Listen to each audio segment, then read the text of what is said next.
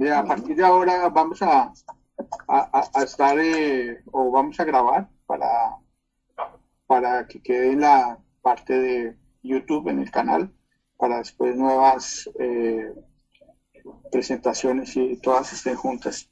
Entonces, le voy a pedir el favor y les doy la bienvenida. Primero los saludo pues, a nombre de toda la Junta Directiva y el mío propio al Club Internacional de Literatura. Vamos a apagar las cámaras y los micrófonos para no distraernos y al final de la presentación o cuando queramos intervenir, entonces vamos a entrar y podemos hacer las preguntas y participar. Eso con el fin de poder ver la presentación más fácil. Estamos tratando de innovar estas cosas, a ver cómo nos va mejor y cómo se ve mejor después en la grabación. Nosotros habíamos planeado una celebración y reunirnos para celebrar los 25 años del club. No es de mucho orgullo tener 25 años, pero debido al incremento de los casos del COVID, hemos decidido aplazarla. Les diremos cuándo y para que vayan preparando viaje para Midland para venir a bailar y celebrar. En cambio, vamos a reunirnos el próximo mes virtualmente. No va a haber presentador, sino que todos vamos a ser presentadores. Y nos vamos la misión de esto es compartir nuestras experiencias con el club, compartir quiénes somos, por qué nos interesa el club y vivencias que hemos tenido. Hay personas que llevan 20 años, 25 años, 12, 13. Hay personas que realmente pues apenas están empezando este año. De todos modos, pues sería bueno uno conocer y saber quién es el que está compartiendo el club. Entonces, la próxima reunión vamos a dedicarla a esto, a celebrar virtualmente nuestra presentación. Entonces, vamos a dar comienzo. Hoy tenemos una presentación muy especial, es diferente. Vamos a hacer una lectura y cada uno, pues si quieren, vamos a comentar qué nos llegó, cómo vemos a un texto que se llama Casa Tomada del autor Cortázar. Entonces empecemos con... Yo voy a leer una breve biografía de Mercedes, la presentadora. Entonces, Mercedes Soledad Moresco nació en Buenos Aires, Argentina. Se graduó de profesora de literatura en la UCA, especializándose en el dictado de talleres literarios para jóvenes. En 1993 realizó estudios de guión de cine y colaboró como guionista en programas de televisión de Canal 13. Asimismo, trabajó como productora del programa de cable El Diván. En 2001 emigró a Estados Unidos. Realizó una maestría en lingüística en la enseñanza del español como lengua extranjera y en 2004 fundó Educando América, un programa de lengua que actualmente ofrece cursos de aprendizaje del idioma español y la cultura hispanoamericana a niños y jóvenes de todas las nacionalidades. Es autora de un ensayo crítico sobre la poesía de Julio Cortázar, titulado La distancia próxima, publicado en mayo de 2014 por la editorial Letra Viva. En Estados Unidos, coordina talleres literarios y clubes de lectura a beneficio de diferentes organizaciones sin fines de lucro. Desde 2003, es colaboradora permanente del periódico N USA Newspaper. Es integrante de una agrupación de artistas y escritoras llamada Nostalgias de Bidet. En el blog del sitio figuran algunos de los poemas y cuentos que ha escrito. Bienvenida, Mercedes. Bueno, gracias. Gracias, en principio, por la invitación. Estoy encantada de participar y de conocerlos. Ya me habían hablado de ustedes, Juan Carlos me había hablado desde el primer día del club. Así que, bueno, muy contenta de participar hoy y acompañarlos. Bueno, yo elegí a Julio Cortázar para presentar hoy. Bueno, primero porque es un autor que llevo en el alma. y segundo porque no sé cuántos de ustedes lo han leído. conocido o conocen la obra de él. Y bueno, me gusta esto de hacer una lectura interpretativa, una lectura guiada de los cuentos de él. Bueno, vamos a ir hoy con un cuento de él, pero que abra las puertas para que ustedes lo sigan leyendo. Por eso lo llamé para leer y seguir leyendo, porque la idea es que esta es nada, abrimos un poquito la puerta para que ustedes después lo lean más en profundidad. Así que, bueno, primero preparé esta presentación que voy a compartir. Les muestro.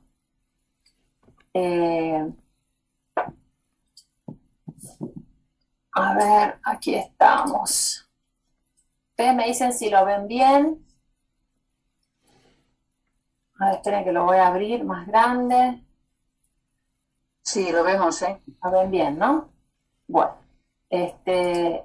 y elegí Casa Tomada, este cuento de Julio Cortázar, que fue publicado primero en 1947, pero después él publicó todo este libro que se llama Bestiario, en 1951, donde encabeza el libro este cuento, Casa Tomada. Les voy antes de entrar en el cuento, vamos a ver un video cortito de su biografía. Me dicen si se escucha bien. Lo voy a...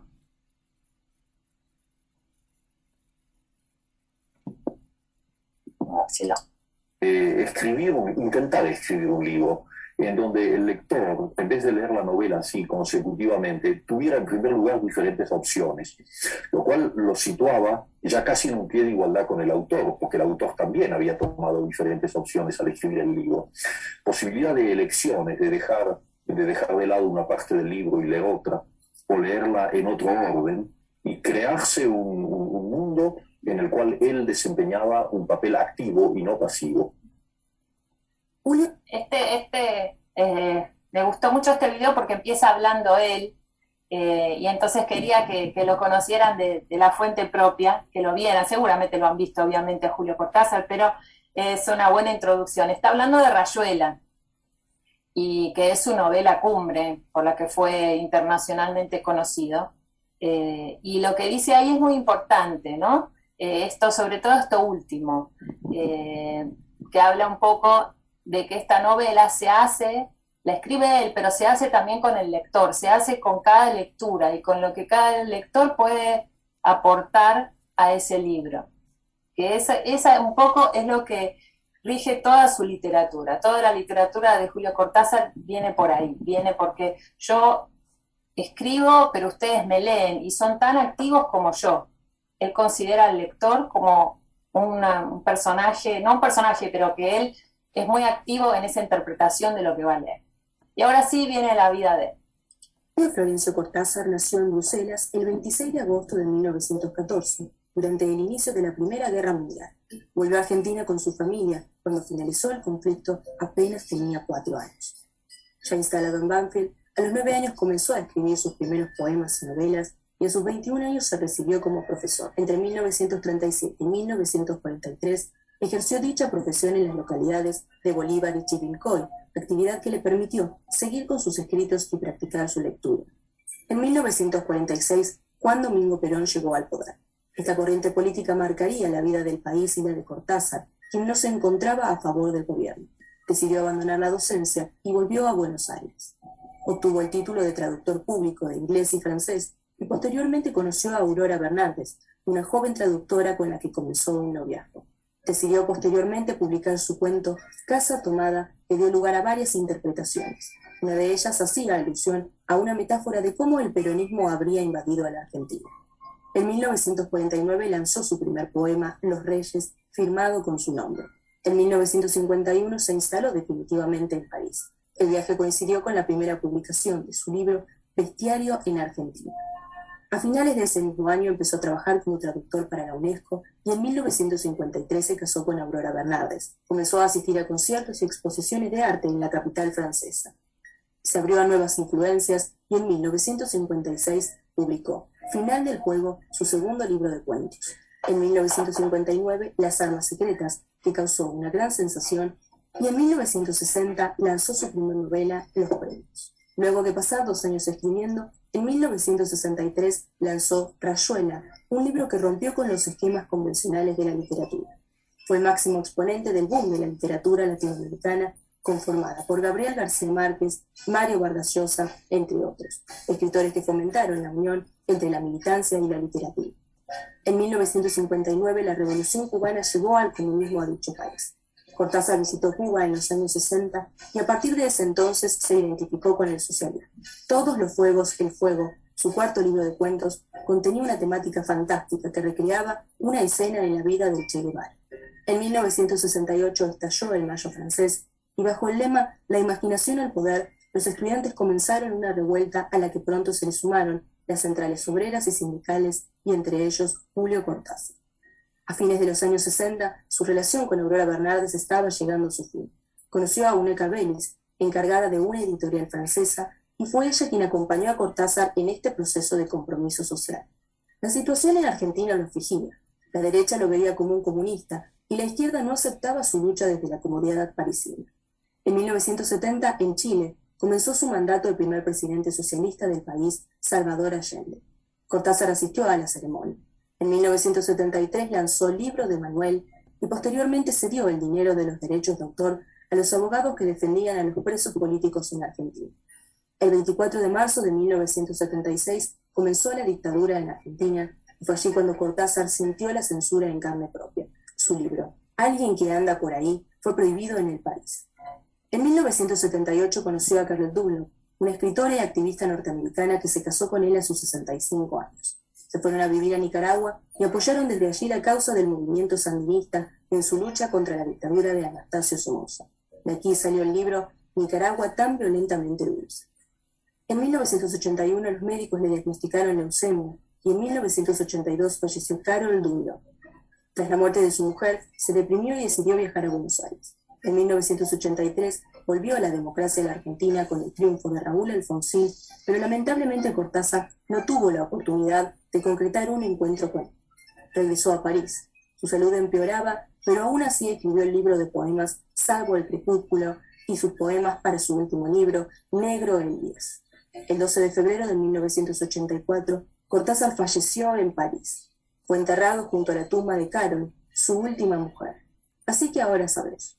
Julio Cortázar fue un hombre dual, dividido entre 2 ciudades, Buenos Aires y París, 2 pasiones, la literatura y la militancia, y 2 terrenos, el real y el fantástico. Este extraordinario escritor nos enseñó y nos abrió la posibilidad de generar nuevas realidades fantásticas a partir de lo cotidiano.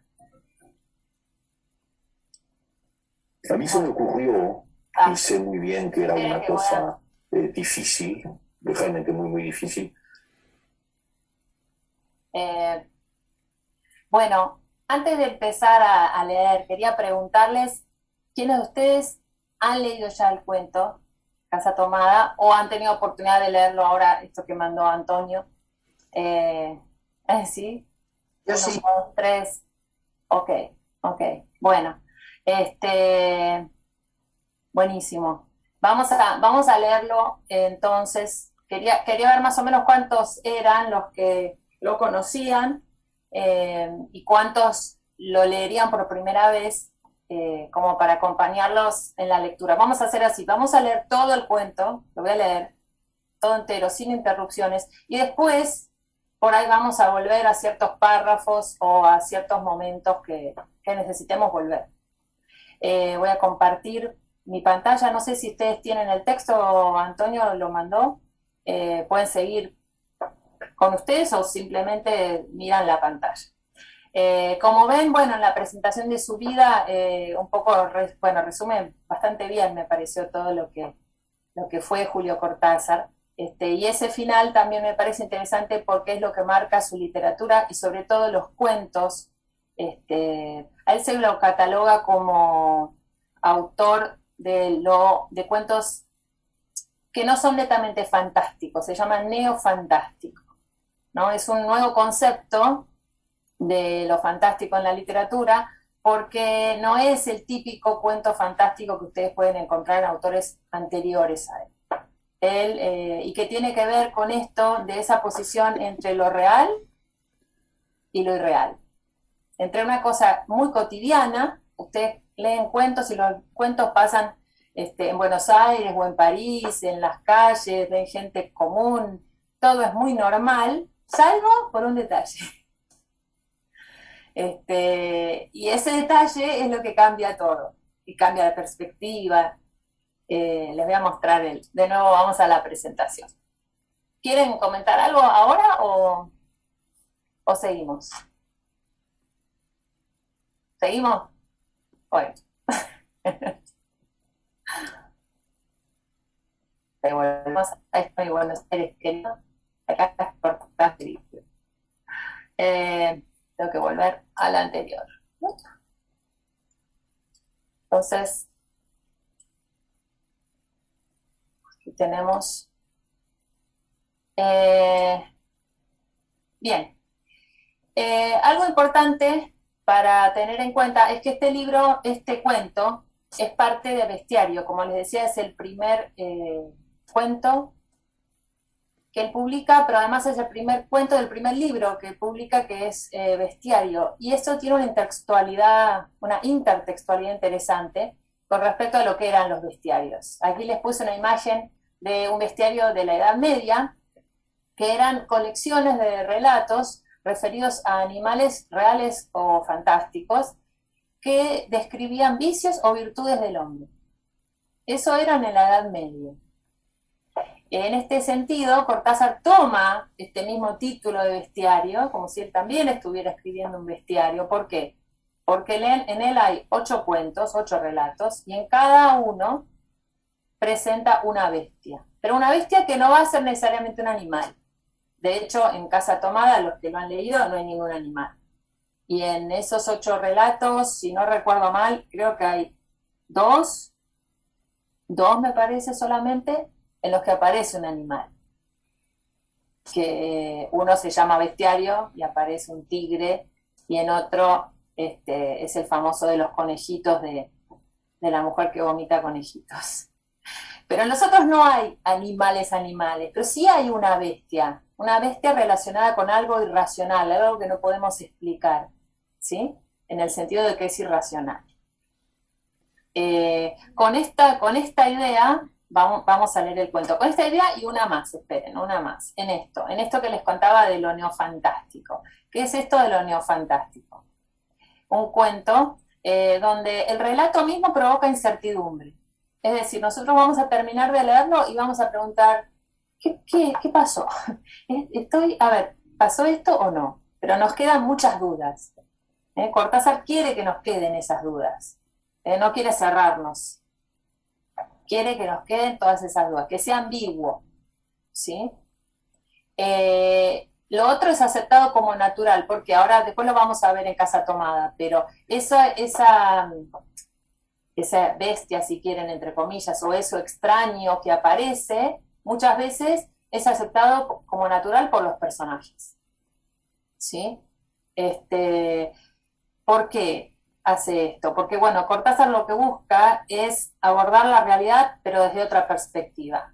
Él lo que nos quiere decir es, miren, esa realidad que ustedes ven todos los días no es tan así. 2 más 2 no son siempre 4. ¿No? Y encuentra en lo fantástico un modo de conocer esa realidad. Esa realidad que no es tan sencilla ni tan simple de explicar. Por eso hay muchos elementos cotidianos, como les decía yo, que se cargan de significado. Vamos a ver qué elementos cotidianos se cargan de significado en el cuento Casa Tomada.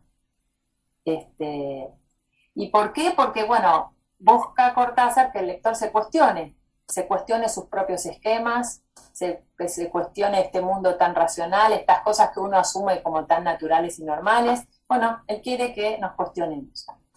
Y como les decía antes, no hay una sola interpretación definitiva del texto, hay muchas, hay tantas como lectores. Así que, ¿alguna pregunta? No.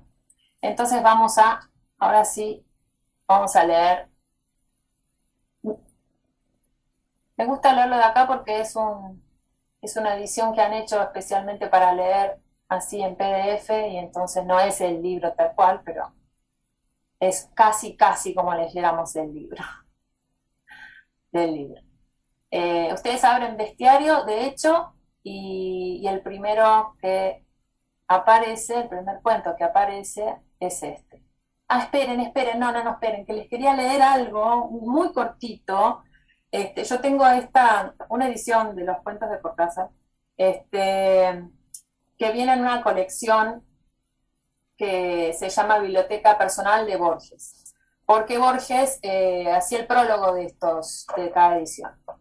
Entonces, lo voy a leer un cortito porque justamente tiene que ver con Casa Tomada.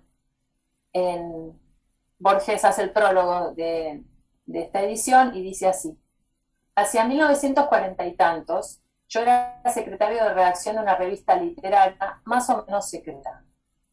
Una tarde como las otras, un muchacho muy alto, cuyos rasgos no puedo recobrar, me trajo un cuento manuscrito.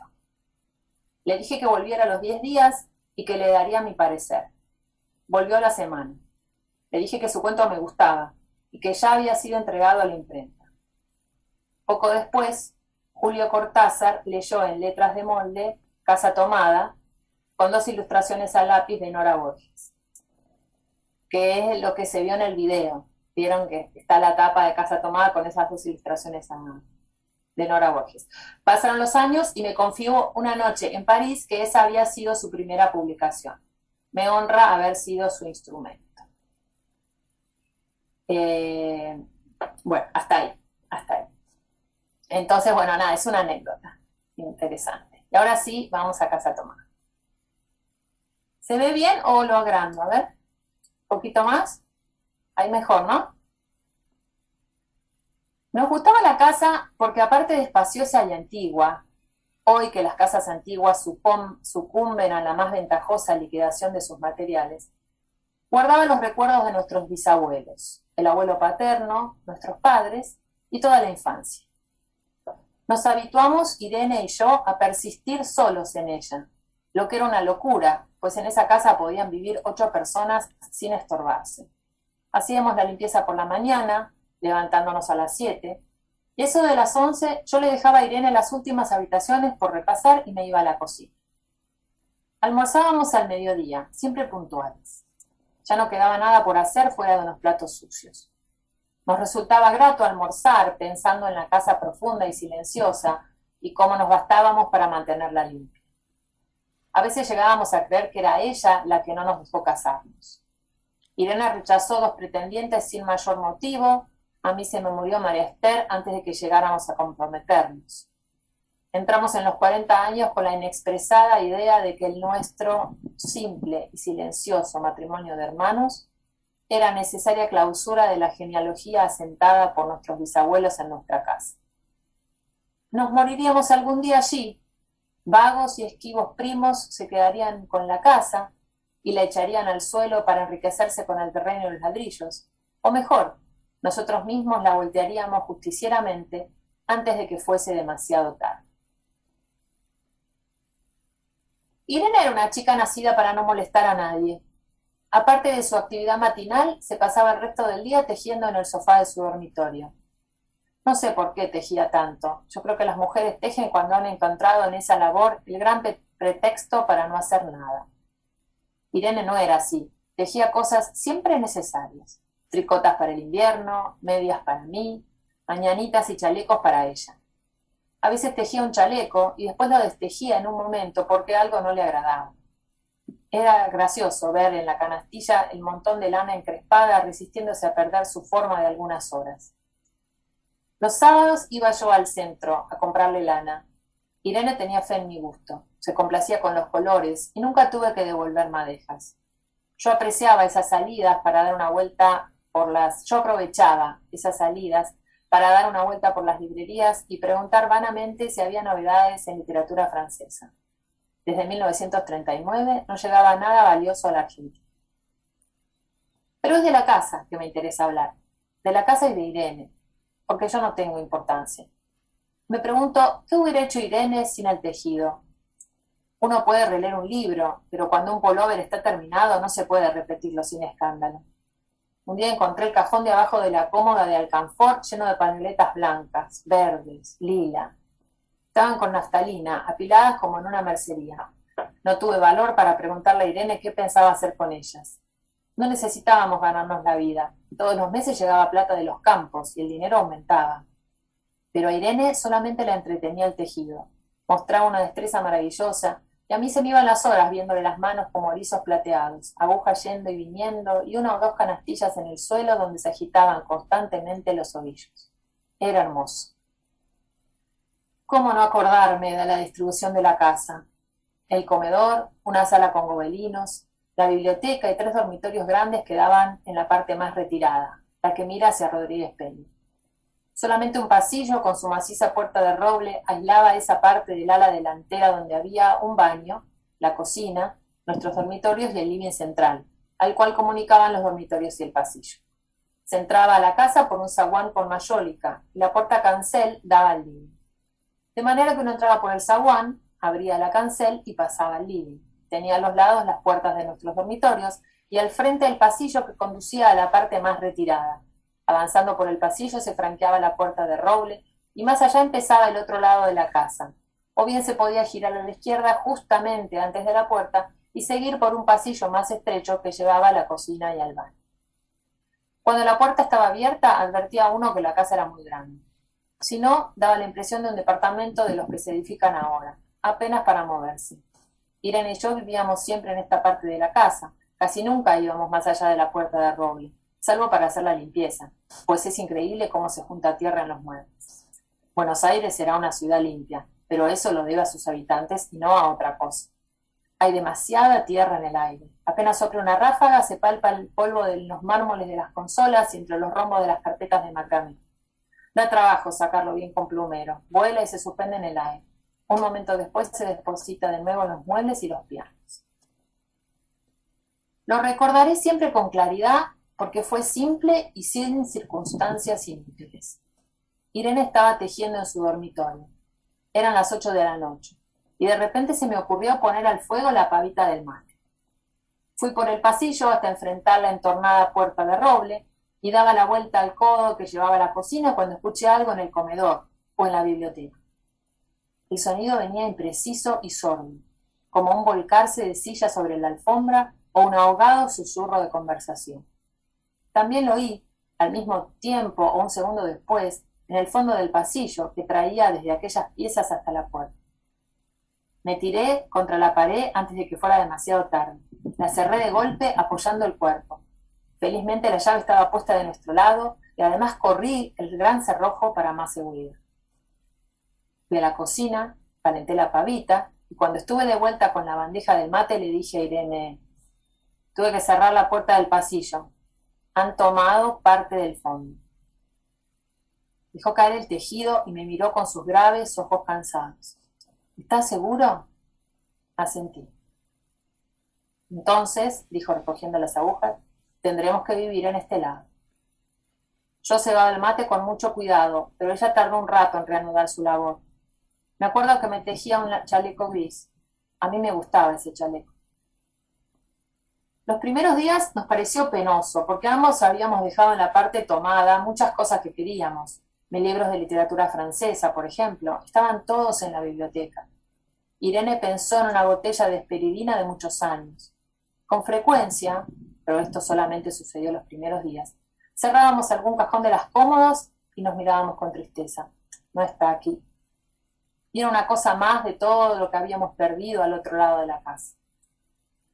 Pero también tuvimos ventajas. La limpieza se simplificó tanto que aún levantándose tardísimo, a las 9:30, por ejemplo, no daban las 11 y ya estábamos de brazos cruzados. Irene se acostumbró a ir conmigo a la cocina y ayudarme a preparar el almuerzo. Lo pasamos bien, lo pensamos bien, y se decidió esto. Mientras yo preparaba el almuerzo, Irene cocinaría platos para comer fríos de noche. Nos alegramos porque siempre resultaba molesto tener que abandonar los dormitorios al atardecer y ponerse a cocinar. Ahora nos bastaba con la mesa en el dormitorio de Irene y las fuentes de comida fiambre. Irene estaba contenta porque le quedaba más tiempo para tejer, Yo andaba un poco perdido a causa de los libros, pero por no afligir a mi hermana me puse a revisar la colección de estampillas de papá y eso me sirvió para matar el tiempo. Nos divertíamos mucho, cada uno en sus cosas, casi siempre reunidos en el dormitorio de Irene, que era más cómodo. A veces Irene decía, fíjate este punto que se me ha ocurrido, ¿no era un dibujo de trébol? Un rato después era yo el que le ponía ante los ojos un cuadradito de papel para que viese el mérito de algún sello de Eupen y Malmedy. Estábamos bien, y poco a poco empezábamos a no pensar. Se puede vivir sin pensar. Cuando Irene soñaba en alta voz, yo me desvelaba enseguida.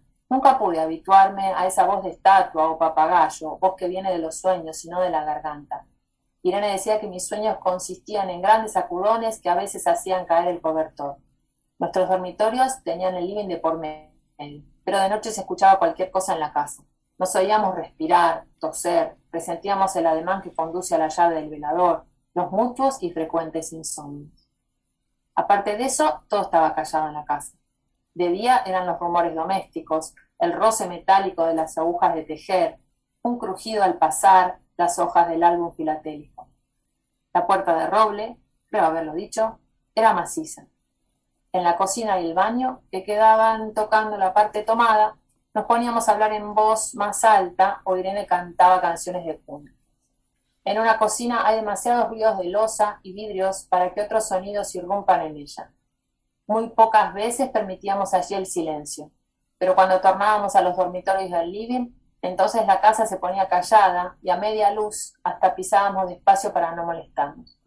Yo creo que era por eso que de noche, cuando Irene empezaba a soñar en alta voz, me desvelaba enseguida. Es casi repetir lo mismo, salvo las consecuencias.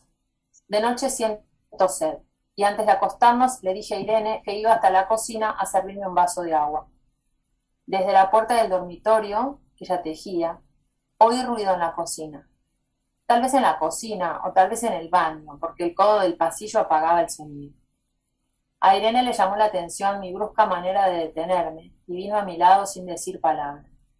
Nos quedamos escuchando los ruidos, notando claramente que eran de este lado de la puerta de roble, en la cocina y el baño, o en el pasillo mismo, donde empezaba el codo, casi al lado nuestro. No nos miramos siquiera. Apreté el brazo de Irene y la hice correr conmigo hasta la puerta cancel, sin volvernos hacia atrás. Los ruidos se oían más fuertes, pero siempre sordos, a espaldas nuestras. Cerré de un golpe la cancel y nos quedamos en el zaguán. Ahora no se oía nada. «Han tomado esta parte», dijo Irene. El tejido le colgaba de las manos y las hebras iban hasta la cancel y se perdían debajo. Cuando vio que los ovillos habían quedado del otro lado, soltó el tejido sin mirar. «¿Tuviste tiempo de traer alguna cosa?», le pregunté inútilmente. «No, nada. Estábamos con lo opuesto. Me acordé de los 15.000 pesos en el armario de mi dormitorio. Ya era tarde ahora. Como me quedaba el reloj pulsera, vi que eran las 11 de la noche. Rodeé con mi brazo la cintura de Irene, yo creo que ella estaba llorando, y salimos a la calle. Antes de alejarnos tuve lástima. Cerré bien la puerta de entrada y tiré la llave a la alcantarilla. No fuese que algún pobre diablo se le ocurriera robar y se metiera en la casa, a esa hora y con la casa tomada. Bien. Bueno, ahora si quieren abran los micrófonos, que me gusta compartir con ustedes este momento, escuchar qué les pareció, qué entendieron, qué no, qué interpretan. Paula, ibas a decir algo. Vi que abriste el micrófono.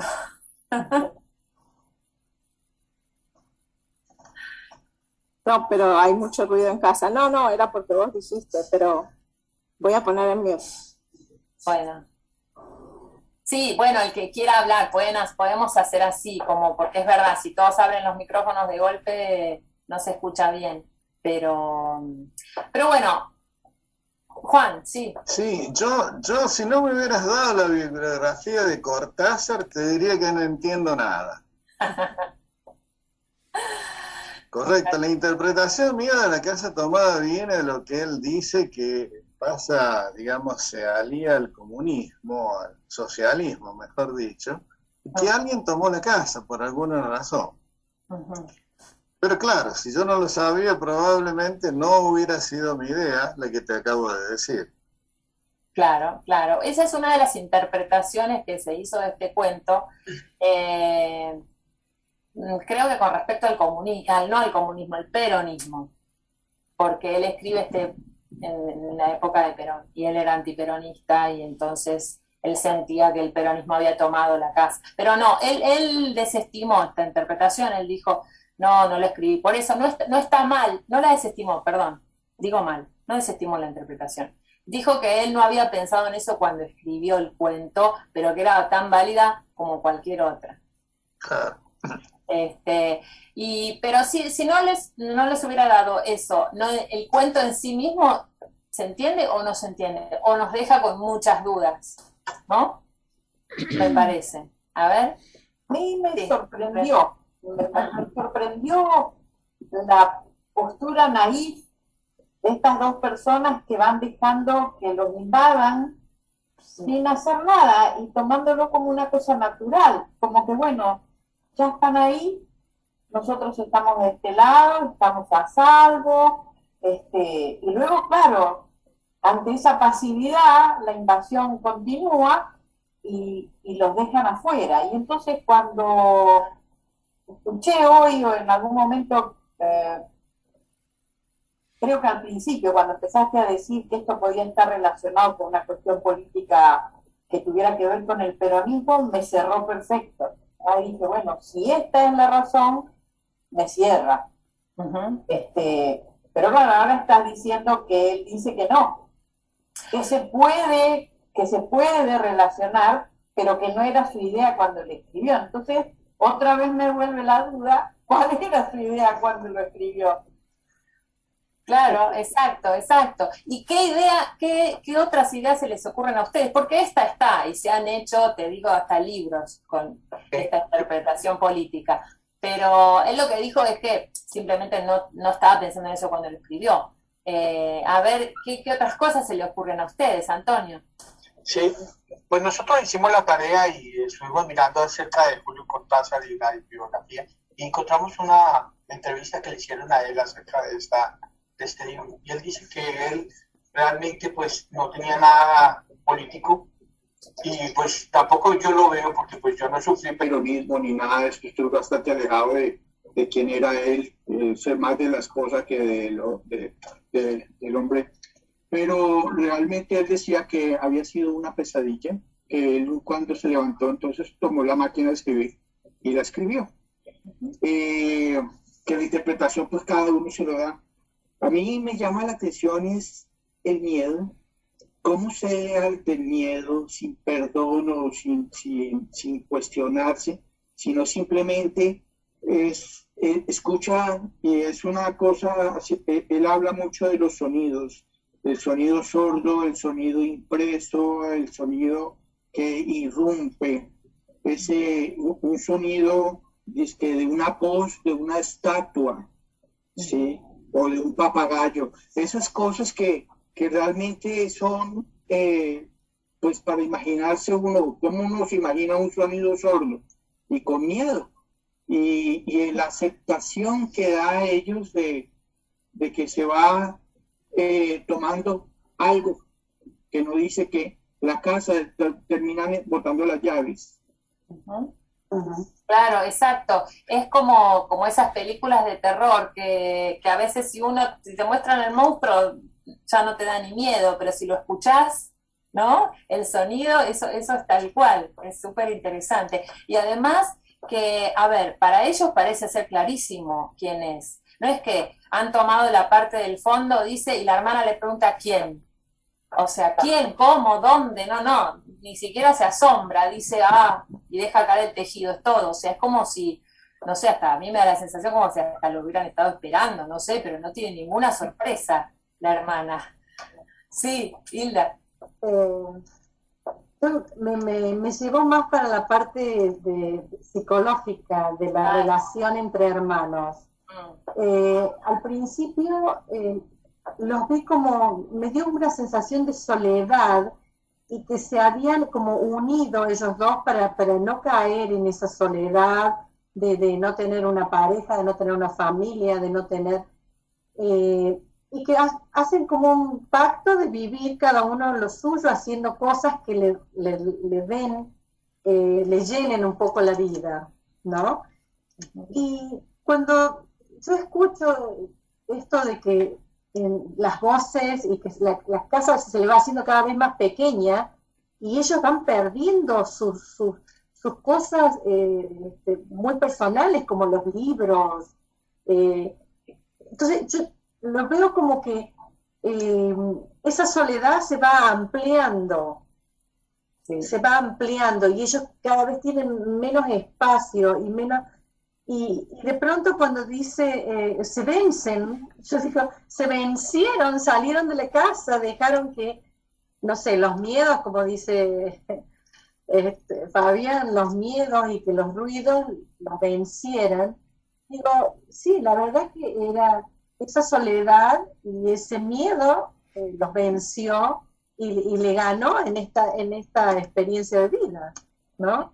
Pero por otro lado también esa relación de hermanos, no sé, toda la parte psicológica fue la que más me impactó en el cuento. Seguro, además si te fijas al principio dice que eran casi un matrimonio, él usa una expresión parecida, nuestro casi matrimonio de hermanos, dice.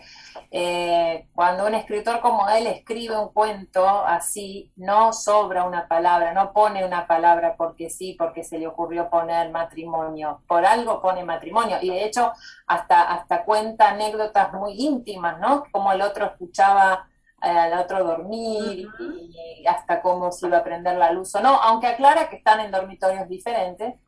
Es muy rara esa relación de hermanos, sí, muy rara, sí. Bueno, tenemos ahí a ver unas manitas alzándose, Almudena. Bueno, yo sí, eso me llamó la atención, entonces también interpreté como ellos tienen una relación, no queda muy clara, pero de todas formas, aunque sea un matrimonio de hermanos, la sociedad acepta esa relación extraña, o sea, ¿sabes? Esos dos hermanos viviendo juntos, o sea, creo que lo interpreté así, como la sociedad no aceptando, la gente además dice Buenos Aires es una ciudad muy limpia, y también interpreté como estricta, a lo mejor en unas normas, ¿no? Entonces se acepta una cosa así, o sea, es como, ¿sabes? Las habladurías o cómo van acorralándoles cada vez ellos más tristes, más acorralados, hasta que tienen que vencerse y decir, se acabó, o sea, nos vamos. Claro, esas serían como las presiones sociales, tú dices. Exactamente. Está interesante, sí. Exactamente. Claro, sí. Perfecto. A ver, Mariana, ¿tienes la mano levantada? Hola, sí. El cuento me hizo pensar de pronto, como dijo Hilda, de la soledad, ¿no? Porque hablan mucho de eso del no pensar y de que no tienen mucho que hacer después de que limpian la casa y eso, ¿no? Entonces como que hay mucha ociedad, ¿cierto? Y pues en la soledad, en el silencio, entonces uno empieza a escuchar esos ruidos sordos, ¿no? Entonces, como que a mí me hizo pensar, ¿será que esto está pasando de verdad o es que está en la mente de ellos? Que ellos escuchan esos ruidos y pues no saben qué es, entonces pues es algo ahí que pues está tomando la casa, pero está realmente en la mente de ellos. Así como digamos si uno está solo en la casa y vio una película de miedo, cualquier sombrita, cualquier ruido, uno ve cosas que no están ahí. Sí, entonces, qué interesante, sí, es verdad, no había pensado eso, sí, claro, puede ser perfecto. Están los dos psicópticos, digamos, con una psicosis de persecución, sí. Por momentos pensé que ella tenía una suerte de pánico a salir de la casa, porque él le va a comprar las lanas y ya no sale de la casa, también pensé eso. Pero bueno, escuchemos más a ver a Marilis. Sí, yo me fui también en el entorno familiar. Yo creo que ellos como que se sentían que ya lo que les quedaba era que se tenían el uno al otro. Y probablemente sin hablarlo, sin decirlo, llegaron al acuerdo de que se iban a quedar ahí en la casa, en lo que había sido el patrimonio familiar. Porque en algún momento él menciona que ellos creían que iban a morir ahí y que entonces como que unos primos o familiares lejanos se iban a quedar con la casa y se iban a deshacer de ella. Sí, sí. Y entonces por eso yo creo que al final como que les invadieron la casa y ellos no luchan, sencillamente la abandonan, porque realmente lo que se tenían era uno al otro. Ya la casa no representaba, quizás si hubiese sido la casa que todavía la familia, porque ellos estaban esperando que vinieran unos familiares, que la iban a seguir viviendo, que iban a conservar lo que era el patrimonio, la historia de la familia, los abuelos. Quizás hubieran luchado para que no le tomaran la casa, pero como ya lo que quedaba era ellos mismos que se tenían el uno al otro, como que abandonaron ya lo que representaba la casa, que ya quienes quedaban de la familia eran ellos y no era como que estaban esperando que más familia continuara ¿verdad? Sí, en ese párrafo incluso familiar. Claro, dice que que iban a venir unos primos y que le iban a vender y que por eso, antes que eso era mejor destruir la casa, dice algo así. Preferían perder la casa, o sea, destruirla a ellos antes que dejaran los primos que la vendieran, ¿no? Sí, tal cual. ¿Y Antonio, de nuevo? No, ya. Soeli. Yo voy a hablar. ¿Cómo es tu nombre? Soeli. Bueno. Yo retomo un poco algunas cosas que ya fueron dichas. A mí me llamó mucho la atención la descripción que hace de la casa tan detallada. Es como uno, es como, yo lo tomé como si fuera la parte interior de uno. Que uno también tiene todos esos detalles, tiene toda esa vida que puede ser muy rica, pero ellos también estaban viviendo en una rutina increíble. Todos los días hacían la misma cosa, levantaban a la misma hora, la misma limpieza, primero esa parte de la casa, después vamos y hacemos la comida, después nos sentamos a tricotear o a mirar estampillas. O sea, era una rutina muy, muy severa, digámoslo así. No tenían planes para hacer nada diferente. A tal punto que él dice se puede vivir sin pensar. O sea, es llevar la vida, o sea, cada día llega y se va igual. Sí. Y al punto que él es el narrador, él está contando la historia y él llega y dice, yo no tengo importancia, por eso voy a contar la historia de otra persona. Entonces la de mi hermana y la de la casa donde vivimos, pero yo aquí no lo cuento. Entonces es casi como la casa tomada para mí, sin todas las cosas que leí de la política y todo eso, es uno, o sea, la vida de uno. O uno toma su casa y la lleva, o se la toman a uno y uno vive la vida que los demás proponen a uno. Y pensando en lo que él dijo, que de pronto eso nació de una pesadilla, a veces las pesadillas es la que lo traen a uno a la realidad, como diciendo, mire, pilas, porque algo ahí está pasando y es hora de que despierte y haga algo. Entonces, por eso yo pienso que al final él bota la llave y no quiere que nadie tenga esa vida, porque era una vida demasiado plana, una vida que no aportaba nada, ni a ellos ni a nadie.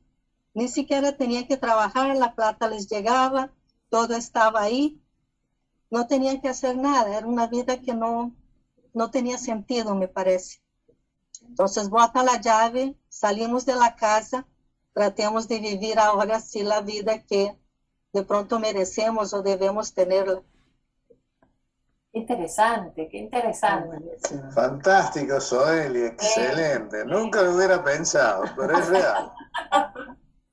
¿Ves qué rico es entre todos ir construyendo el relato también y cómo se enriquece a medida que cada uno va aportando su pensamiento también, ¿no? Digo, esta es una presentación diferente a lo que hemos tenido siempre en el club. y me parece súper interesante lo que a cada uno le llega, cómo le llega, y qué piensa después que lo leyó, y qué piensa después que escucha lo que pensaron los demás.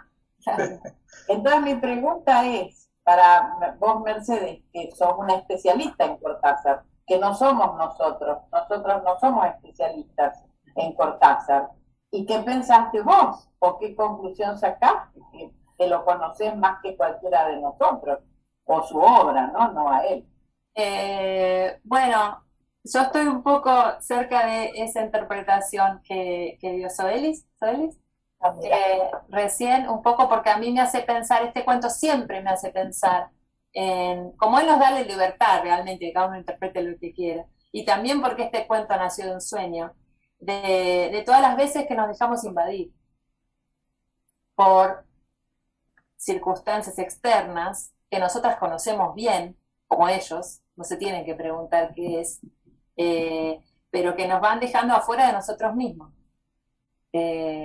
Y puntualmente, bueno, no hablo de en general, hablo de mí, suponte, ¿no? Porque creo que cuando uno lee y cuando le gusta la literatura, cuando la literatura te llega, es porque llega algo tuyo, que sí, que uno, que yo, muchas veces me puedo dejar invadir por otras cosas que son ajenas, que son externas, pero que te van quitando tiempo para hacer otras cosas que querés, te van quitando posesiones, pero por ahí sí, no es un libro o un anillo, ¿no? Sino que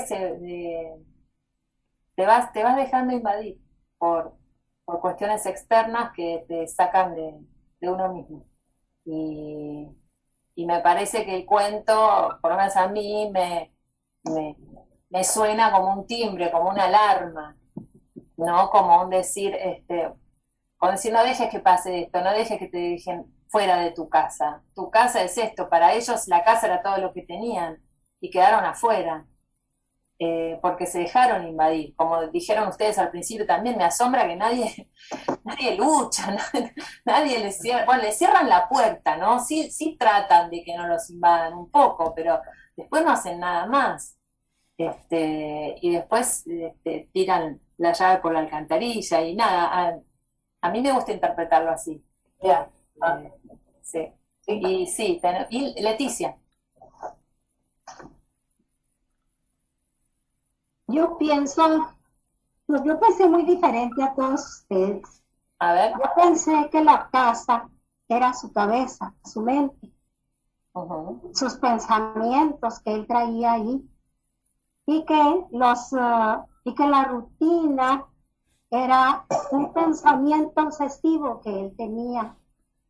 Veía uno de sus pensamientos obsesivos, los convertía en el tejido de la hermana, los convertía en el estudio de los timbres, pero era una entrega a esa obsesión y a la otra obsesión del tejido de su hermana, que a lo mejor era un amor que no era a su hermana, sino a otra persona a la que no podía tenerla como, vamos a decir, como un amante o como una persona a quien amar, sino que la consideraba su hermana. Las guardadas quiere decir, creo yo, que no podía salir de esos pensamientos y que si oía ruidos atrás de la puerta eran los mismos ruidos de sus propias obstinaciones, de sus propias ideas que no podía salir de ellas. Los rumores que escuchaba eran rumores en su propia cabeza, no eran ajenos, eran suyos, pero a lo mejor también eran rumores que él escuchaba y que lo encerraban más en aquella habitación, y que lo fueron cerrando, lo fueron cercando esas obsesiones, pensamientos obsesivos de él. Claro. Luego, cuando se quedaron afuera, él es que él renuncia a esa obsesión y hasta tira las llaves, hasta dice, hasta aquí llego, ya no puedo más. Eso es lo que yo interpreto. Muy interesante, muy interesante. Pero lo que sucede es que es la primera vez que escucho el cuento, yo no tuve tiempo de estudiarlo, ni de analizarlo, ni de nada, pero a la medida que lo iba leyendo y escuchando, pues iba pensando que no era la casa, era su cabeza, eran sus ideas. Claro. Eso es lo que interpreté yo. Claro, son cuentos como para darles una segunda lectura o tres, yo ya lo he leído muchas veces y siempre encuentro cosas nuevas. Hay una interpretación que por ahí nadie no sé, pero está cercana un poco a algo de lo que dice Leticia, tiene algo punto en común o con otros que han dicho también, centrándose en la relación de los hermanos. Y en que algunos me han comentado esta interpretación también, pero que tenía que ver con una relación incestuosa. Y que entonces lo que está invadiendo es un poco eso, y por eso ellos se alejan y dicen no, y se van de la casa. Porque hay unas acciones después, al matrimonio de hermano, a la relación entre los dos, y bueno, obviamente como que lo quieren frenar y no quieren llegar a eso, pero que hay algunos lectores han visto algo raro, muy raro en esa relación. También puede ser. Sí, claro. También puede ser. No sé si alguien más quiere agregar algo. Mercedes, Fernando Santander no ha podido levantar la manito y creo que Abel también quiere participar. Abel, bueno, Fernando, entonces, ¿cómo no? Hola, buenas tardes, hola, compañitas. Bien. Bueno, es mi primera vez en este tipo de lectura. No escucho bien. Hola, ¿ahí me escuchan bien? Ahora sí. No, pues esta es mi primera vez de un grupo de lectura, la verdad. Decirles que me pareció muy chévere la experiencia. Y pues frente a mi opinión, yo no sé, yo pensé en un hecho histórico, en la puesta del muro de Berlín, cuando escuché pues esa parte de que de un momento a otro no les dejaron, o sea, prácticamente les partieron su casa en dos y no pudieron volver al otro lado. Y como que tuvieron que comenzar esa vida aparte y acostumbrarse a esa vida al lado de la casa porque no podían ir a la otra porque ya no podían. Entonces se me hizo pensar mucho en ese hecho histórico de pronto de cómo la gente pudo haber tomado esa separación de su hogar y acostumbrarse a la otra mitad de su hogar. Claro que sí, claro que sí. Ah, qué interesante, me encanta escuchar tantas cosas diferentes y lo leemos y todavía más cosas diferentes. A ver, Abel, ¿tú querías agregar algo? No, ya quería compartir esto. Sí, gracias.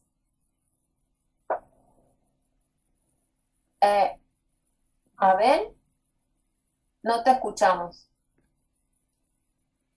Ahí está. Creo que ahora sí, ¿eh? Sí. Sí, ya lo han comentado del miedo y eso fue lo que me captó más que nada, el temor, que en estos ruidos que no sabemos realmente qué son, nomás que son ruidos, y él se imagina que alguien está tomando la casa. Y este temor se les va metiendo poco a poco y hasta van perdiendo la identidad porque por fin pierden parte de la casa y por fin pierden todo, ¿verdad? Todo por el temor. Entonces, si lo quiere uno liar a la política, eso son cosas que controlan a la gente, el temor, le meten el temor a la gente poco a poco y así se va controlando. Entonces ya pierden la casa, pierden todo, tiran la llave y se van y no sabemos qué pasa con ellos. Nos quedan muchas preguntas, ¿por qué se fueron? ¿Por qué no investigaron? ¿Por qué? Todo lo que se puede imaginar uno.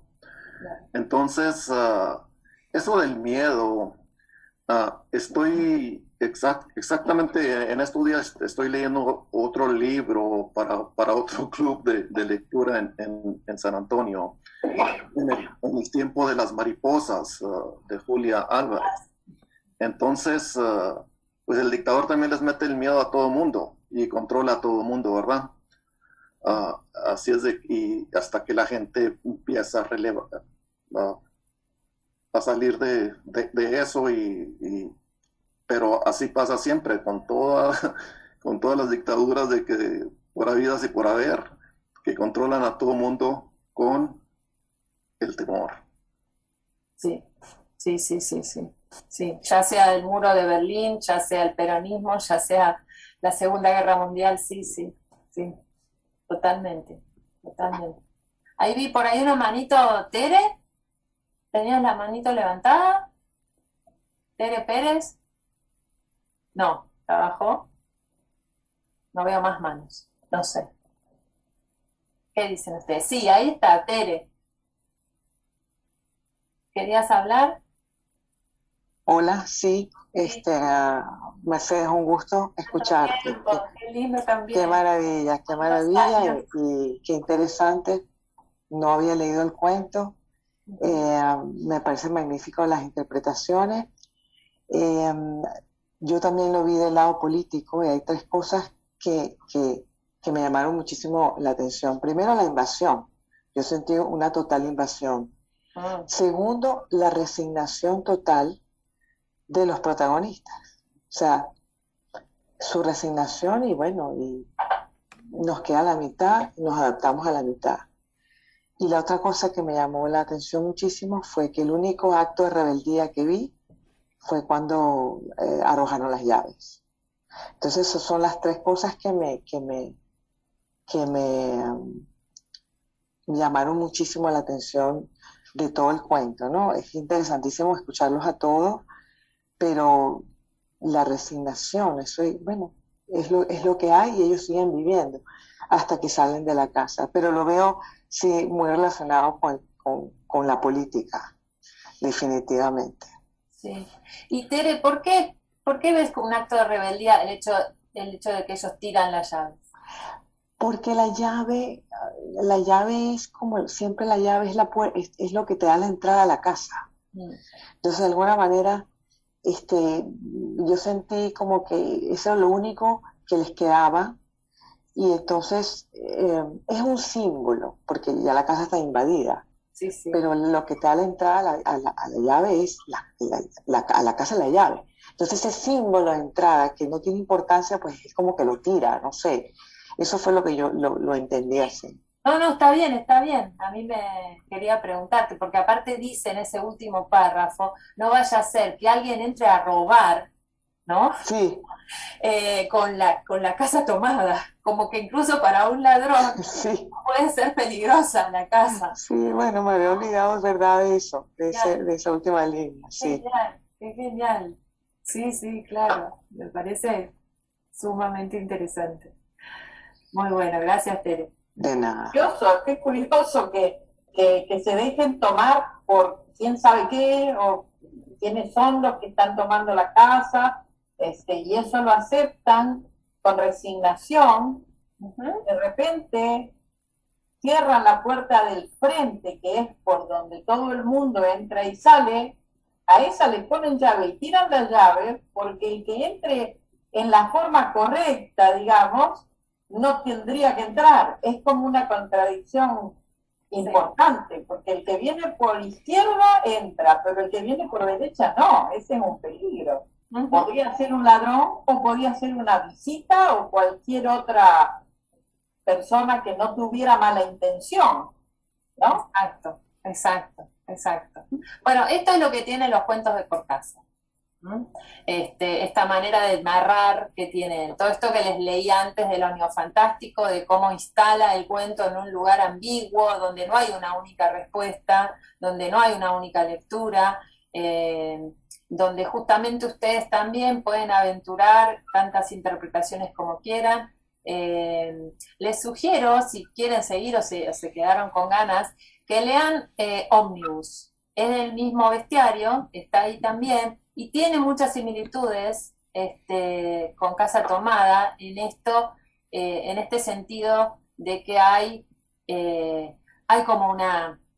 No es que sea una invasión como en este caso, ni hay una casa, pero bueno, hay similitudes, ustedes léanlo y después lo conversan. Ómnibus, todos los cuentos de bestiario tienen algo, yo les decía, de una bestia. Bueno, en Casa Tomada son nada más que estos ruidos, no vemos ningún animal, ni nos asustamos con los monstruos, nada, pero simplemente los ruidos, como resaltaban ustedes, pueden resultar monstruosos, ¿no? Tanto como para sacarnos de la casa.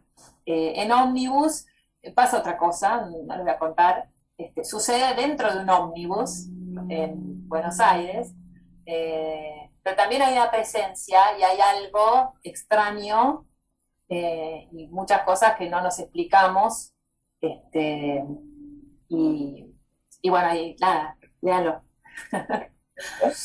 Léanlo, ¿sí? Los dejo así con la tarea para la casa, para el hogar.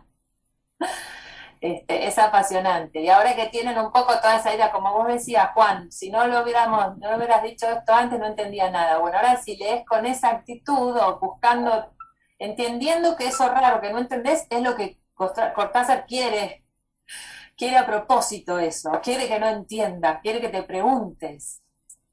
Sí, me imagino, es fantástico, porque ¿cuántos somos? 19, 20, tenemos todos interpretaciones distintas sobre un mismo escrito.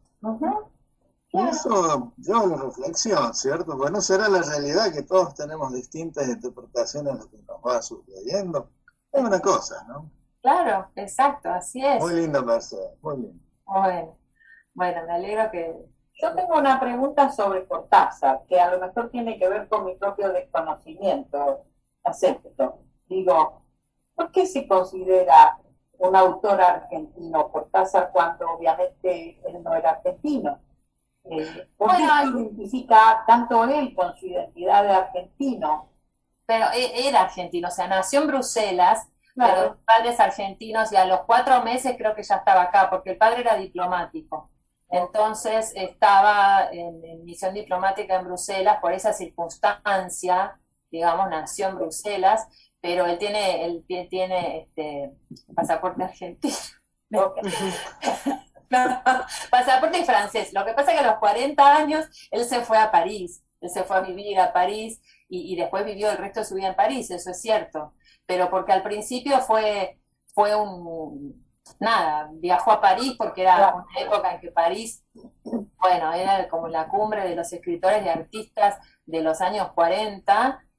Lo que pasa es que después se quedó por motivos políticos, porque después ya no pudo volver, vieron que ahí decía le censuraron un libro, ya después cuando quiso volver no pudo, o sea, su exilio pasó de ser voluntario a involuntario, obligado, ¿no? Pero él era argentino hasta la médula, él era sumamente argentino. Como te digo, ya a un bebé de 3 meses ya estaba en Argentina y vivió en Banfield, y después sí, en el 40 se mudó a París, por un tiempito al principio, después sí. Y qué coincidencia que mi primo cuando se enteró, tengo un primo en Madrid, cuando se enteró de la presentación me manda un texto y me dice, si hay algo de lo cual estoy honrado es que fui a la escuela con Cortázar. Él y me mandó, fueron a la Escuela Normal de Profesores Mariano Acosta. Claro, sí, a esa fue. Sí. Así que incluso me manda la presentación, dice, discurso pronunciado por el alumno de 7º año de letras, Julio Florencio Cortázar, con motivo de cumplirse el 61 aniversario de la escuela, en el año 1935. Claro. O sea que él hizo la escuela en Argentina. ¿Sí? Oh, sí, después trabajó como profesor también, de escuela, creo que fue en Chascomús. Que se fue a la ciudad y trabajó como profesor de lengua, de literatura. Sí, ahí. Después ya hizo traducción y bueno, trabajó para la ONU, en Francia hacía eso, en París trabajaba como traductor. Pero sí, acá. Y siempre habla muchísimo, o sea, yo particularmente me especialicé en la poesía de él, porque me pareció un terreno de su obra que no se había explorado. Obviamente fue tan grandioso, o sea, sus novelas y sus cuentos, su narrativa es tan poderosa que que bueno, la poesía quedó a un lado y no se la había estudiado mucho, pero en la poesía es donde él se lo ve más argentino. Él hasta tiene, o sea, tiene lunfardos de esa época. Y es gracioso porque él dice que claro, él se fue de Argentina, suponte, en los 40 y escribía en los 70, pero escribía con lunfardismo del 40. ¿Por qué? Porque, claro, se había quedado en esa época y no había, como hay hoy, tanta televisión o tantas redes sociales, claro, como para seguir escuchando, que a nosotros, a ustedes también como inmigrantes seguramente pasa, ¿no? Que uno pierde, al no estar viviendo en sus países de origen, uno pierde un poco esas expresiones actuales, coloquiales de su país, de los adolescentes, supónganse, ¿no? Uno vuelve y dice, ay, ¿cómo dicen ahora esto? Así, no se dice así, te dicen, ¿qué dijiste? Eso es por estar lejos, ¿no? Pero bueno, es interesante. No sé, ¿tienen alguna otra pregunta o nos despedimos? ¿Antonio? Yo leí por ahí que él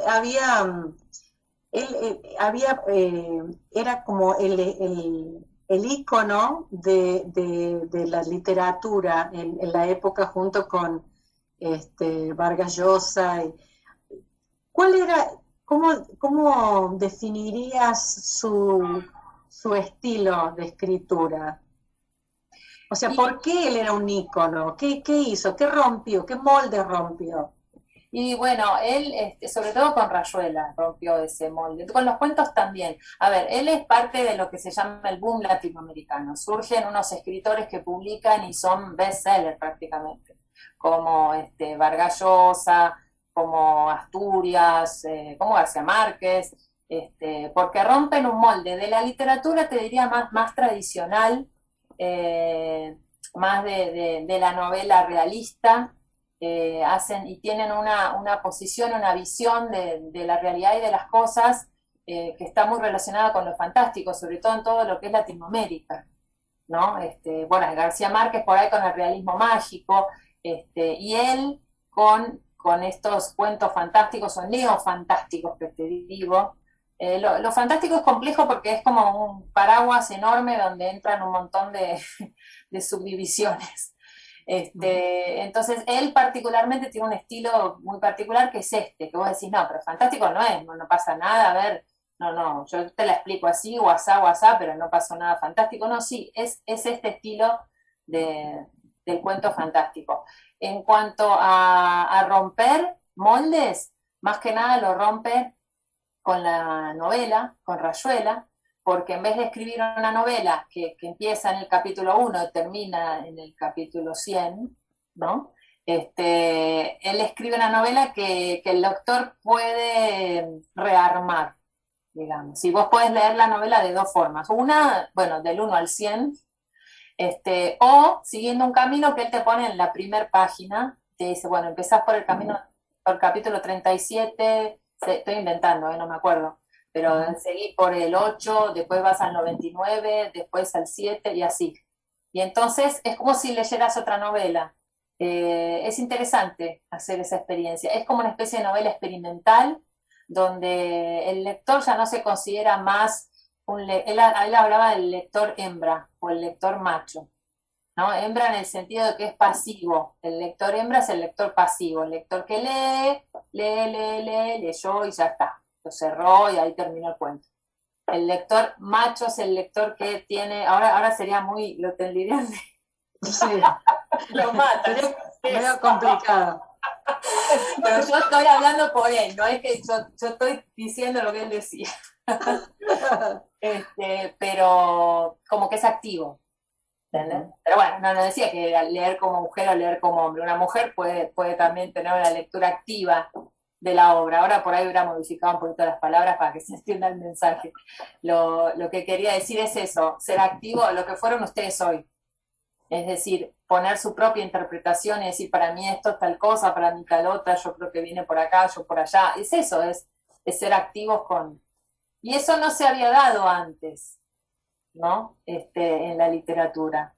Esa posición y que te dejaran tanto lugar abierto para interpretar, ¿no? Vos está la literatura, muchos diferentes tipos de literatura, pero en general uno lee y se queda con ese cuento y con esa historia que leíste sin hacerte muchas preguntas. Entonces uno de los moldes que rompe es ese. Y el tipo después en otros cuentos se lee, bueno, pero eso ya lo hacen otros escritores, no es tampoco que lo hizo él. No sé, el monólogo interior, la forma de escribir muy coloquial, lees cuentos y te parece que estás escuchando a los personajes ahí en pleno Buenos Aires, hablan muy porteño, y eso por ahí no se hacía tanto en literatura, era más formal, ¿no? Todo. Él rompe muchos moldes en ese sentido. Prometo que voy a hacer un nuevo esfuerzo en tratar de leer Rayuela. Sí. Pero bueno, si no, empecé con los cuentos. Es un buen camino para llegar a él. Son más cortos, podés empezar con estos de bestiario y por ahí, y después al final el juego también, y después Rayuela. Pero bueno, eso es más ambicioso. Y no sé por qué, aprendió mucho con los jóvenes. Porque es así como muy... Ana, ¿vos querés decir algo? Voy a quebrar una lanza por Rayuela, que es una de las novelas más hermosas que he leído, de verdad. Si una la lee tranquilo, despacio, los personajes son maravillosos, porque Cortázar, él se crió con su mamá y sus tías y muchas mucamas, o sea, todo dentro de un área muy femenina. Entonces maneja y conoce los personajes femeninos muy bien. Hay cada historia tan hermosa dentro de Rayuela, así que yo te invito a que sí, aunque sea una página al día, yo creo que también uno se puede saltear alguna partecita. Si alguna parte no es nada malo, nos hacemos todos los lectores, y los que escribimos novelas también sabemos que los lectores se van a saltear algo, pero creo que vale la pena. Y bueno, a mí me gusta mucho la novela. Yo empezaría por Rayuela antes que un cuento, te soy sincera. Sí, solo eso, porque vale la pena leerlo. Vale la pena leerlo. Vale la pena, seguro. Lo que pasa es que a veces hay momentos, hay épocas. Yo particularmente por ahí no me esfuerzo con un libro. Si veo que no va, lo cierro. Y por ahí vuelvo años después y lo abro y me enganché muchísimo. Eso me ha pasado mucho con muchos libros que leí. A veces, no sé si es la circunstancia de la vida, o uno es muy joven, o no tiene ganas de leer eso, o más grande, no sé. Pero sí, hay que darle oportunidad a Rayuela y a todos los libros grandes de la literatura, que por ahí uno los abre y dice no. Ahora, ok, también hay que por ahí permitirse ese no y después volver a abrirlo y a ver si ahora sí, seguro. Totalmente. Sí, señora. Sí, así que bueno. Bueno, no sé, Antonio. Excelente, muchísimas gracias, Mercedes. Ha sido diferente esta vez. Este año empezamos con, pues las presentaciones eran un poco más pasivas. Hoy hemos tenido pues mucha más actividad, no hablando de machos ni hembras, pero sí de pasivos y activos, pues podríamos hablar. Hoy en día ya nadie puede conversar acerca de esto. Muchísimas gracias, hemos pasado muy rico, muy entretenido. Creo que todos nos hemos enamorado de cierta forma de Cortázar ahora, después de haber escuchado esto, de haber compartido y saber de que todos, pues de una u otra forma podemos verlo diferente, de acuerdo a lo que estemos pensando o pasando por nuestras vidas. Interesantísimo, muchísimas gracias, bienvenida al club, por favor. Que se repita. Sí, vamos a seguir haciendo tipo charlas de estas, Veiko. Muchísimas gracias. Y pues les cuento que la próxima vez, pues entonces va a ser una reunión más de conversar todos, más de hablar de nosotros, más de compartir, de reírnos uno al otro y pues mostrar nuestro lado hispano, que siempre es alegre. Muchísimas gracias por estar con nosotros, compartir, y que pues seguimos otros 25 años más. Claro que sí. Gracias por la invitación. Gracias. Encantada de estar acá. Y saludos a todos. Muchísimas gracias. Ha sido fantástico. Muy bien, Mercedes, muy lindo. Voy a leer algo de Cortázar. Bien. Gracias, Mercedes, y gracias, Juan, por invitarnos. Gracias. Nada, chao, hasta luego. Chao. Chao, gracias. Hasta luego.